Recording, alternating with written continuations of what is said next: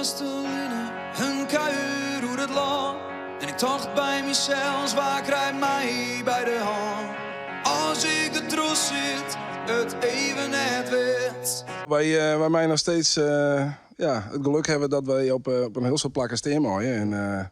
Is dat nog steeds het leukste, gewoon live spelen? Ja, live is toch al... Ja, alhoewel, ik vind het studiowerk hartstikke leuk om te doen, want dat is, Hier weer op Huizen, die vraagt naar mij mooi.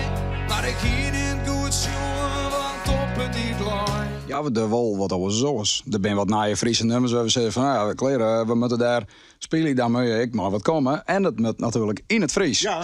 En om ons eigen repertoire kunnen we net een uur vullen. Dus ja, daar moet ik wat anders bij. Ja, dus er komen wat... Ja, nou dat is natuurlijk de Friese tappers vanzelf. Nou.